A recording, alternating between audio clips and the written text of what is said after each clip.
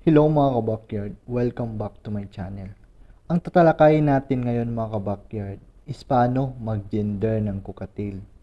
Lahat ng ibabahagi ko sa inyo mga kabakyard is based lang po sa aking personal experience simula nung nag-alaga ako ng cockatiel. So kung may nanonood na cockatiel expert sa channel ko, please comment below para ma-share pa natin sa ibang mga subscribers at viewers ang ating kaalaman sa pag-iibon. Gusto ko lang magpasalamat mga kabakyard dahil umabot na tayo ng 860 subscribers mga kabakyard. At sa mga bagong subscribers na nag-subscribe sa aking YouTube channel, so thank you ng marami at welcome po sa aking YouTube channel. At sa patuloy namang nanonood sa aking mga videos at vlogs, maraming salamat po sa panonood mga kabakyard. So wag na nating patagalin mga kabakyard dahil masyadong excited ang topic natin for today. So, start na tayo mga kabakyard. So, paano nga ba natin malalaman mga kabakyard ang pag-gender ng ating alagang cockatiel sa bahay? So, ang pag-gender po ng cockatiel mga kabakyard is mayroon po itong tatlong kategory. So, unang kategory mga kabakyard is yung behavior ng ating cockatiel. Pangalawang kategory mga kabakyard is yung plumage. At ang pangatlong kategory mga kabakyard is DNA. So, ang DNA po mga backyard is 120% accurate po ito para sa ating mga alagang ibon. So, unahin natin ang behavior ng cockatiel mga kabakyard. At ito din ang ginagamit kong pag-gender mga kabakyard dito sa aking munting ibunan based sa behavior ng cock at saka female. So, ang male mga kabakyard, kapag nasa 7 months old na sila, is madali na nating i-gender yan mga kabakyard dahil masyadong maingay ang male, palagi siyang sumisipol, at saka mga kabakyard is nagpapa-impress siya sa female. And then, ang female naman mga kabakyard is masyado lang siyang kalmado. At saka, kung sumisipol siya kabakyard is only one tone lang yon. So, parang sa isang araw is isang bisis lang siyang sumipol mga kabakyard. Tapos, hindi rin siya masyadong maingay. So, kalmado lang po ang female mga kabakyard.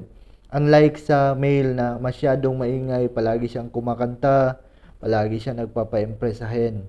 So, pangalawang kategory mga kabakyard is yung plumage.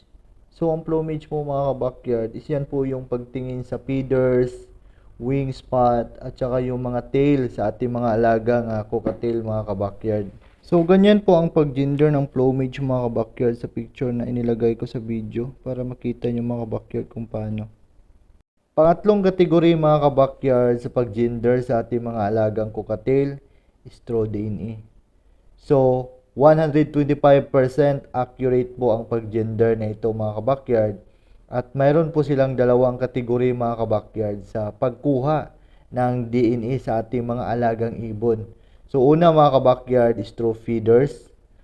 Pangalawa is through blood extraction. So, ito po yung pagkuha ng dugo mga kabakyard sa ating alagang ibon na kukunan nila ng sample para dalhin sa laboratory mga kabakyard at para malaman din natin agad ang true gender ng ibon na ipina-DNA natin.